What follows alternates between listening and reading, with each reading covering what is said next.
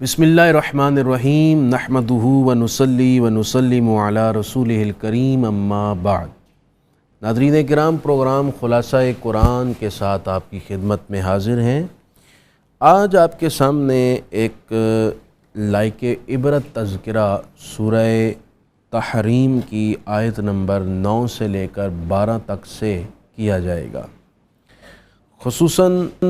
خواتین کے حوالے سے اس میں بڑی رہنمائی ہے اور مردوں کے لیے بھی اس میں بہت زیادہ سوچنے کا اور غور و فکر کا مقام ہے۔ 2 خواتین تھیں بہت زیادہ جن پر اللہ نے مہربانی کی، مگر انہوں نے بدبختی کو گلے لگا لیا، اور 2 خواتین وہ تھیں جنہوں نے سعادت کے سمانوں کو اپنی مسند بنا لیا۔ وہ خواتین جو تباہ حال ہوئیں، اللہ کی طرف سے عطا کردہ عزت کو سنبھال نہ پائیں اور انہوں نے بدبختی کو گلے لگایا۔ ان میں سے ایک تھیں واحلہ، جو حضرت نوح علیہ السلام کی زوجہ تھیں۔ حضرت نوح علیہ السلام نے انہیں زوجیت کی وجہ سے اسلام کی دعوت پیش کی اور بظاہر یہ آپ کے ساتھ تھیں، لیکن در حقیقت یہ آپ کے خلاف اب قوم میں جا کر پروپیگنڈا کیا کرتیں۔ جب اللہ تعالیٰ کی طرف سے عذاب اترا تو اس خاتون کو بھی عذاب نے گھیر لیا اور یہ بھی تباہ و برباد ہو گئیں۔ دوسری خاتون تھیں واعلہ، جو حضرت لوط علیہ السلام کی زوجہ تھیں، جو بظاہر مسلمان تھیں، در حقیقت یہ منافقہ تھیں اور حضرت لوط علیہ السلام کی قوم سے ان کا رابطہ تھا اور انہیں یہ خبریں پہنچایا کرتی تھیں۔ جب حضرت لوط علیہ السلام کی قوم پر عذاب اترا تو یہ لوط علیہ السلام نے فرمایا کہ جو میرے ساتھی ہیں میرے ساتھ چلیں اور کوئی پلٹ کر نہ دیکھے۔ تو یہ بھی ساتھ چل رہی تھیں، لیکن انہوں نے پیچھے پلٹ کر دیکھا اور پتھروں کی بارش دیکھی تو پکار کر کہا، ہائے میری قوم! تو فوراً ایک پتھر آیا اور انہیں بھی لگا اور وہاں یہ بھی عذاب کا شکار ہو کر دنیا والوں کے لیے عبرت کا نشان بن گئی۔ یہ 2 عورتیں ہیں جو پیغمبروں کے گھروں میں آئیں، مگر انہوں نے پیغمبروں کی قدر نہ کی اور ان کی نسبت اور ان کی شرافت کے فیض سے اپنے آپ کو خود محروم کر لیا اور عذاب کا نشانہ بن گئیں۔ ان دونوں کو اللہ تعالیٰ نے عبرت کا نشان بنایا اور قیامت تک آنے والے لوگوں کو بتایا، جسے اللہ تعالیٰ حسن نسبت سے نوازے وہ اپنی نسبت کو اور اپنی شرافت کے لنک کو قائم رکھے تاکہ وہ بھی اپنے لیے اچھی عاقبت اکٹھی کرے، اچھی عاقبت کا سامان کرے۔ اللہ تعالیٰ نے فرمایا، ضرب اللہ مثلاً، اللہ تعالیٰ نے بیان فرمائی ہے مثال، للذین کفروا، ان لوگوں کے لیے جنہوں نے کفر کیا، امرأۃ نوح و امرأۃ لوط، نوح اور لوط علیہ السلام کی بیویوں کی، کانتا، وہ دونوں تھیں، تحت عبدین من عبادنا صالحین، ہمارے 2 نیک بندوں کی زوجیت میں، ان کے نکاح میں، فخانتاہما، پھر ان دونوں نے خیانت کی۔ خیانت ان کی کیا تھی کہ وہ دل سے کافرہ تھیں اور ان اپنے شوہروں کے خلاف پروپیگنڈا کیا کرتی تھیں اور ان کی غیبت کرتیں اور ان کے خلاف قوم کو بھرا کرتی تھیں۔ فلم یغنیا عنہما من اللہ شیئا، پس وہ دونوں نبی، ان کے شوہر، اللہ کے مقابلے میں انہیں کوئی فائدہ نہ پہنچا سکے۔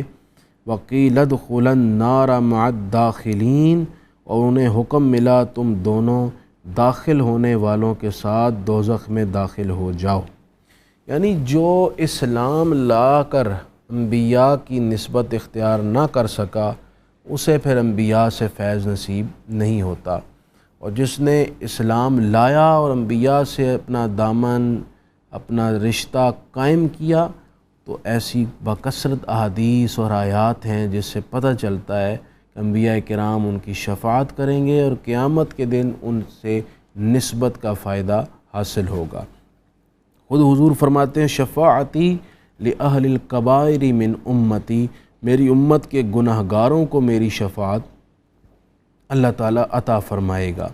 تو جو اسلام لے آئے اور انبیاء کرام کے راستے پہ چل پڑے، وہ جتنا بھی گناہ گار کیوں نہ ہو، نبی سے تعلق کی وجہ سے اسے فائدہ پہنچے گا، اور جس نے اسلام نہ لایا وہ یقیناً اس کو کوئی فائدہ نہیں پہنچنے والا۔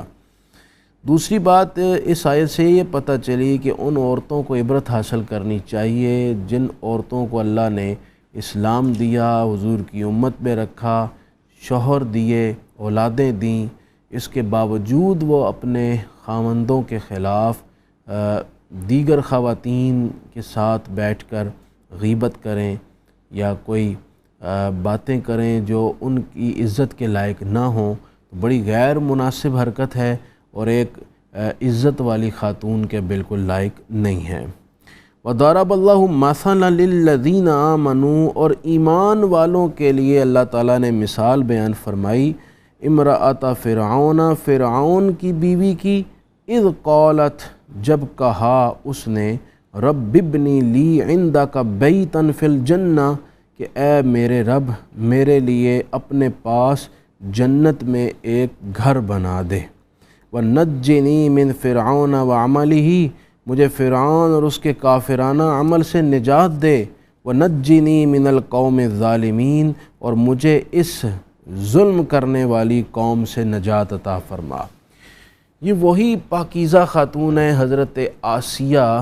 جنہوں نے دریا سے حضرت موسیٰ علیہ السلام کو اٹھایا تھا، گھر میں پرورش کی، پھر حضرت موسیٰ علیہ السلام کے بعض معجزات دیکھ کر ایمان لے آئیں۔ اللہ تعالیٰ قادر ہے، وہ چاہے تو کانٹوں میں پھول کو پیدا کر دے۔ فرعون کے گھر میں حضرت سیدہ آسیہ جو فرعون کی زوجہ ہیں، انہیں ایمان کی دولت عطا فرما دی۔ فرعون کو پتہ چلا، اس نے مجبور کیا، سزائیں دیں کہ یہ پلٹ آئیں اور مجھے ہی خدا مانیں اور موسیٰ کے دین کو چھوڑ دیں۔ فرعون نے اتنا ظلم کیا کہ روح کانپ اٹھتی ہے۔ حضرت آسیہ کے دونوں ہاتھوں اور دونوں پاؤں میں کیلیں ٹھونک دی گئیں، شدید اذیت دی گئی، لیکن حضرت آسیہ کے صبر و استقامت پر قربان جائیں کہ انہوں نے پھر بھی دین حق سے منحرف ہونا قبول نہ کیا اور ڈٹی رہیں، قائم رہیں۔ یہاں سے سبق حاصل کرنا چاہیے ہماری ماؤں بہنوں کو، جو تھوڑی سی مصروفیت یا ادنا سی گھریلو اذیت یا تکلیف کی وجہ سے نماز چھوڑ دیتی ہیں، روزے نہیں رکھتی، پردہ ان کے لیے بوجھ بن جاتا ہے۔ سیدہ آسیہ کی زندگی اور ان کی مشکلات ان سب خواتین کے لیے بڑی رہنمائی کا سامان ہے۔ حضرت آسیہ ڈٹی رہیں اور پھر اس حالت میں اللہ تعالیٰ کے حضور دعا کی کہ مالک مجھے میرے لیے جنت میں ایک محل بنا دے اور مجھے فرعون سے نجات دے دے۔ ایک روایت کے مطابق ان کی آنکھوں سے پردہ ہٹایا گیا اور انہیں وہیں زمین پر کھڑے کھڑے ہی ان کا جو جنت میں محل ہے وہ دکھا دیا گیا، اور پھر اللہ تعالیٰ نے انہیں وصال کا شرف بخشا اور ان کا وصال ہو گیا، اور یہ اللہ تعالیٰ کے حضور حاضر ہو گئیں اور اپنے مقام اور اپنے مرتبے تک پہنچ گئیں۔ وَمَرْيَمَ ابْنَتَ عِمْرَانَ الَّتِي أَحْسَنَتْ فَرْجَهَا فَنَفَخْنَا فِيهِ مِن رُوحِنَا وَصَدَّقَتْ بِكَلِمَاتِ رَبِّهَا وَكُتُبِهِ وَكَانَتْ مِنَ الْقَانِتِينَ۔ اور مریم جو حضرت عمران کی بیٹی ہیں، جس نے اپنی عصمت کو محفوظ رکھا، تو ہم نے ان میں اپنی طرف سے روح پھونک دی،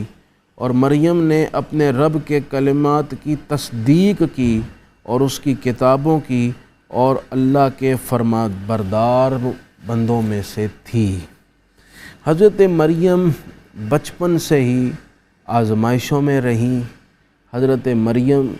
کے گود میں حضرت عیسیٰ کی ولادت ہو گئی، جو بالکل انوکھا اور خلاف عادت عمل تھا کہ بغیر باپ کے ولادت لوگوں کی طرف سے طعن و تشنیع، الزامات، تکلیفیں، یہ سب کچھ برداشت کیا، اللہ تعالیٰ نے پھر آپ کو بہت بلند درجہ اور مقام دیا اور دنیا کی 4 سب سے زیادہ معزز خواتین میں، افضل خواتین میں سے آپ کو بھی شمار کیا۔ تو حضرت مریم کی زندگی بھی خواتین کے لیے یقیناً رہنما اصول ہے اور سیکھنے کا، سمجھنے کا بہت بڑا مقام ہے۔ اسی طرح سورہ دہر کی آیت نمبر 8 میں خواتین کے لیے سیدہ کائنات حضرت فاطمہ زہرا رضی اللہ تعالیٰ عنہا اور حضرت فضہ کا عمل بھی لوگوں کے لیے، خواتین کے لیے بالخصوص ایک ماڈل ہے، ایک رہنمائی ہے۔ حضرت حسنین کریمین بیمار ہو گئے تو حضرت سیدہ فاطمہ نے منت مانگی اور ساتھ سیدہ فضہ نے بھی کہ ہم 3 روزے رکھیں گے اگر اللہ تعالیٰ نے انہیں صحت عطا فرما دی۔ ان دونوں شہزادگان کو اللہ تعالیٰ نے تندرستی اور صحت دی تو ان دونوں مقدس خواتین بلکہ خود حضرت علی شیر خدا رضی اللہ تعالیٰ عنہ نے اور گھر کے تمام افراد نے یعنی حسنین کریمین نے بھی بعض روایات کے مطابق روزہ رکھا۔ جب افطار کا وقت آیا تو حضرت علی رضی اللہ تعالیٰ عنہ نے بمشکل اہتمام کیا تھا کھانے کا، تو پہلے دن افطار کے وقت ایک مسکین نے آواز لگائی اور کھانا اٹھا کر ان پاک خواتین نے مسکین کو دیا۔ دوسرا دن آیا تو یتیم نے آواز لگائی، اسے دے دیا گیا۔ تیسرا دن آیا، اہتمام ہوا، تینوں دن روزے کی حالت میں تھے تو قیدی آ گیا اور اس قیدی کو تیسرے دن کھانا دے دیا گیا۔ جب انہوں نے حالت روزہ میں بھی سخاوت اور جود و کرم کا یہ مظاہرہ دکھایا تو اللہ تعالیٰ جل شانہ ان سے راضی ہوا اور قرآن مجید کی اس آیت میں ان کی تعریف فرمائی گئی، وَيُطْعِمُونَ الطَّعَامَ عَلَى حُبِّهِ، اور جو کھانا کھلاتے ہیں اللہ کی محبت میں، مسکینا و یتیما و اسیرا، مسکین، یتیم اور قیدی کو، انما نطعمکم لوجہ اللہ، اور کہتے ہیں ہم کھانا تمہیں کھلاتے ہیں اللہ کی رضا کے لیے، لا نرید منکم جزاء ولا شکورا، ہم تم سے کسی اجر کے اور شکریہ کے خواستگار متقاضی نہیں ہیں، ہم صرف اور صرف اللہ کی رضا کے لیے تمہیں کھانا کھلا رہے ہیں۔ ناظرین کرام، سیدہ کائنات کے اس عمل سے پتہ چلا اہل بیت کرام کا گھرانہ وہ مقدس گھرانہ ہے جس گھرانے کی سخاوت کا عالم یہ ہے کہ خود تکلیف اٹھا لیں گے لیکن آئے ہوئے سائل کو خالی دامن واپس نہیں لوٹائیں گے۔ کاش کہ اللہ تعالیٰ کی خوشنودی اور رضا ہماری ماؤں بہنوں اور ہم سب کو بھی نصیب ہو، ہم بھی دوسروں کے لیے تکلیف اٹھانے والے بنیں، نہ کہ دوسروں کو تکلیف پہنچانے والے بنیں۔ اللہ کریم ہمیں اس کی توفیق عطا فرمائے۔ ناظرین کرام، آپ نے سیدہ کائنات کا سخاوت کا انداز تو سنا، ذرا عبادت بھی سماعت فرماتے چلیں۔ سیدہ کائنات کی عبادت کا یہ عالم تھا کہ رات کو سجدہ کرتی اور صبح ہو جاتی، اور صبح یہ کہا کرتی تھیں کہ اے پروردگار تیری راتیں بہت چھوٹی ہیں،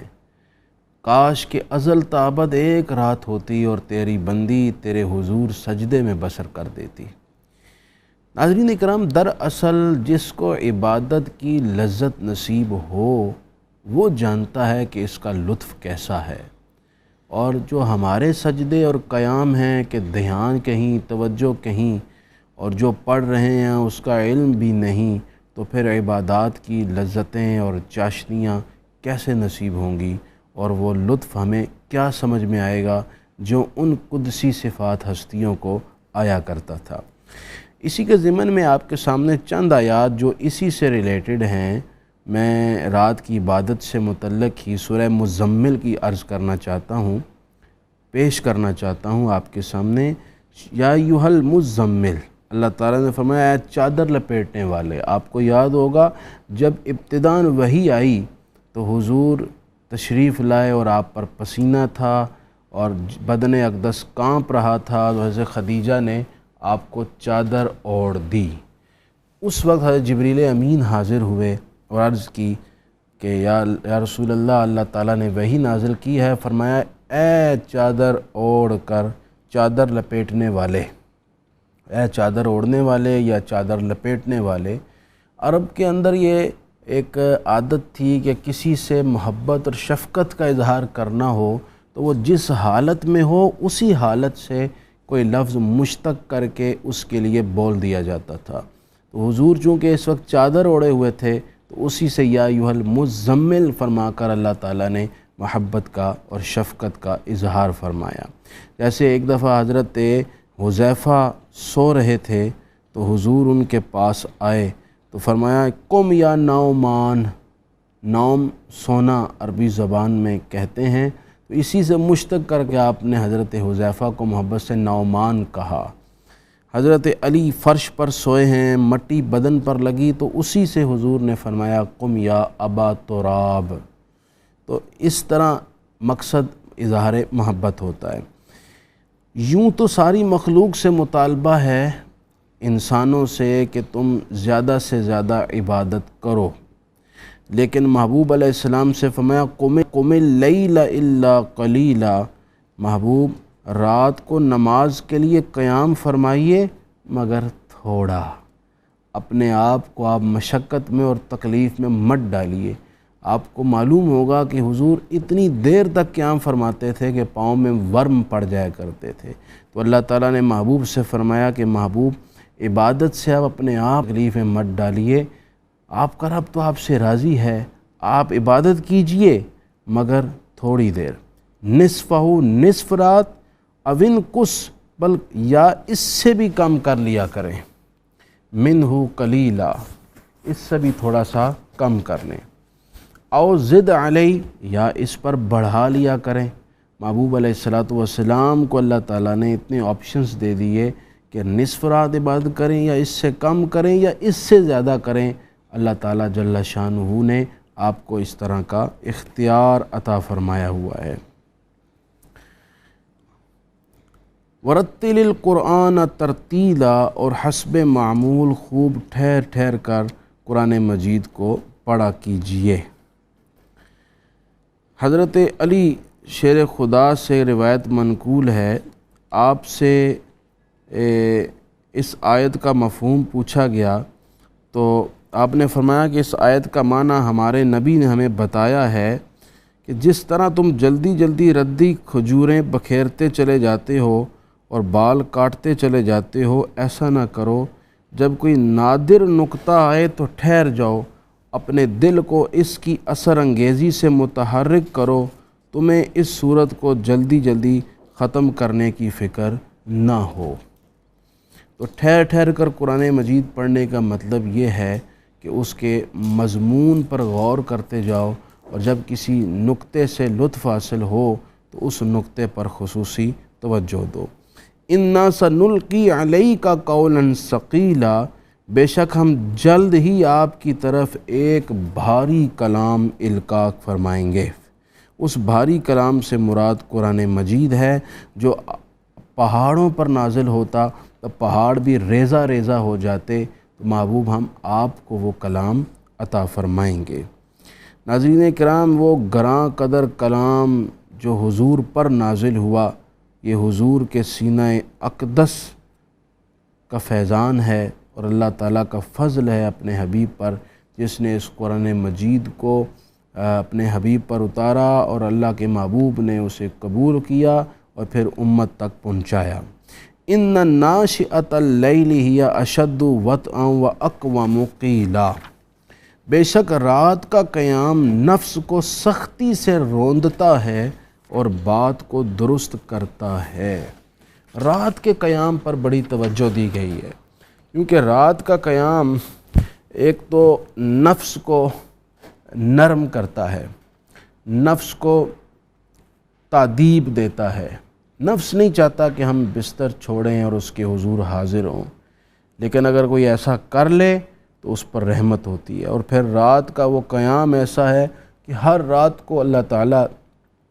آسمان دنیا پر تجلی فرماتا ہے پچھلے پہر، اور اپنے بندوں سے فرماتا ہے من یدعونی فاستجیب لہ من یسألنی فاعطیہ من یستغفرنی فاغفر لہ، جو مجھ سے دعا کرے گا میں قبول کروں گا، اور جو مجھ سے سوال کرے گا میں عطا کروں گا، جو مجھ سے بخشش کا طالب ہوگا میں اسے بخشش عطا کروں گا۔ رات کے قیام کے بارے میں خصوصی طور پر یہ فرمان ہے علیکم بقیام اللیل فإنہ داب الصالحین قبلکم وہو قربۃ الی ربکم ومکفرۃ للسیئات، میں تم رات کو جاگنا اپنے لیے ضروری بنا لو تہجد کی نماز پڑھنے کے لیے۔ یہ پہلے لوگوں کا دستور تھا کہ رات کو جاگنا اللہ کے قرب کا ذریعہ ہے، گناہوں کو ملیہ میٹ کر دینے والا ہے، اس لیے اکابرین امت نے یہ اپنی زندگی کا حصہ بنایا۔ کاش کہ سیدہ کائنات کی طرح تمام مردوں کو، عورتوں کو رات کے وقت اٹھنا، اللہ کی یاد میں وقت صرف کرنا نصیب ہو جائے۔ میں یہ نہیں کہتا ساری رات ہی آپ کھڑے رہیں، بلکہ رات کا کچھ حصہ ضرور اس مالک کی یاد میں بسر کرنا چاہیے۔ جو سنا اللہ کریم اس پر عمل کی توفیق نصیب فرمائے۔ السلام علیکم ورحمۃ اللہ وبرکاتہ۔